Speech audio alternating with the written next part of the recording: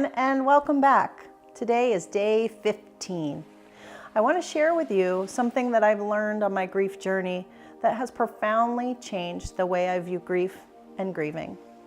I read somewhere that the depth of your grief is directly related to how connected you were with your loved one and how intertwined your lives were. Grief and love are part of the same experience. There isn't grief without love. There isn't deep grief without deep love and connection. For me, looking back, I don't remember much about my son's funeral, and now it makes complete sense. I do remember sitting in the front of pew at church, watching people speak from the podium about our life, our son, and what had happened.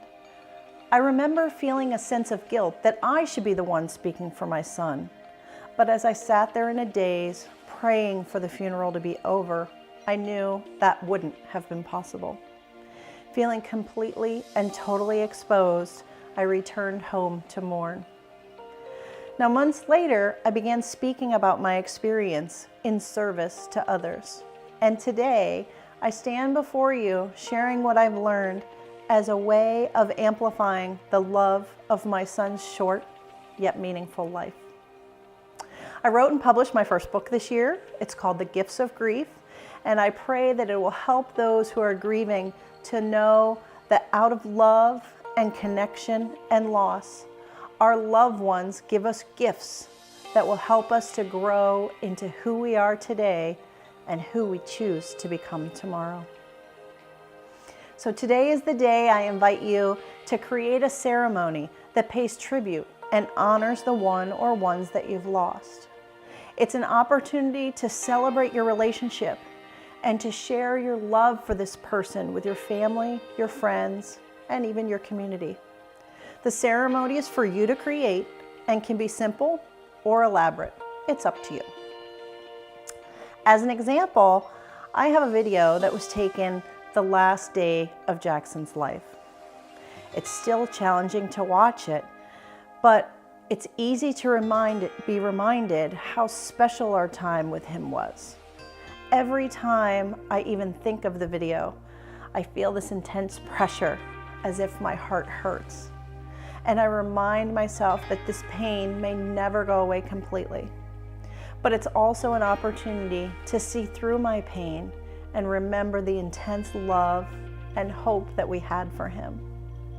These moments leave us emotionally raw, and they bring tears, and yet these moments I believe were a gift I will treasure forever.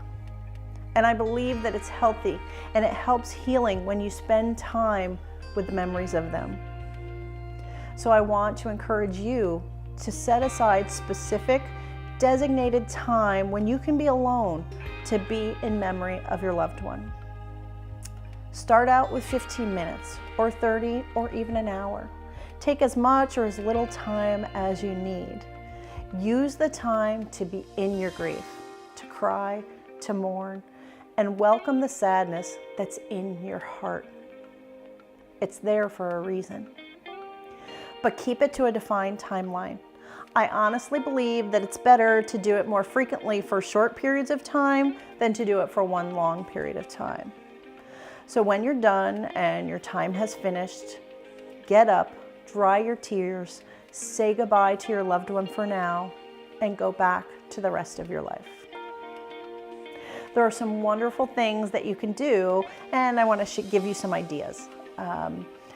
What a lot of people like to do is they will light a candle at certain special times of the day or the week.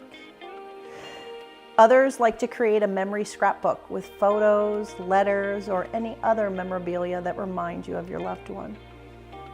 You can also plant a tree or flowers in honor of your loved one's memory. What I like to do is carry something special with me to remind me how I'm feeling. So for me, I have my white howlite bracelets that I sell on my website that remind me of my loss of my son and that it's okay, that I'm not alone. Now you can do this alone in terms of your celebration, or you can consider inviting other people to join you.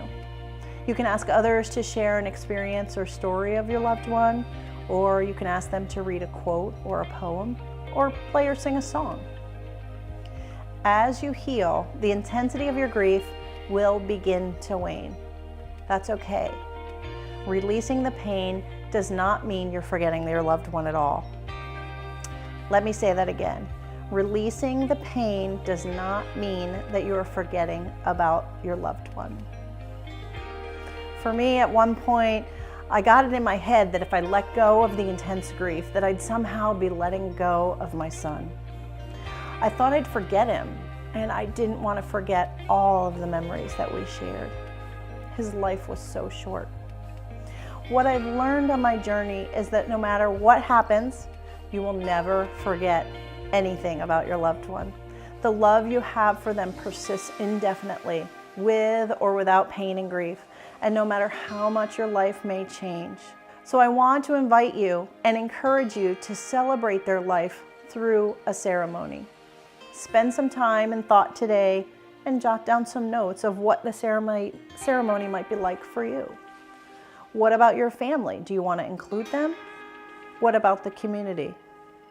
All you have to do is start somewhere and start thinking about it. It'll happen for you. Good luck and get started.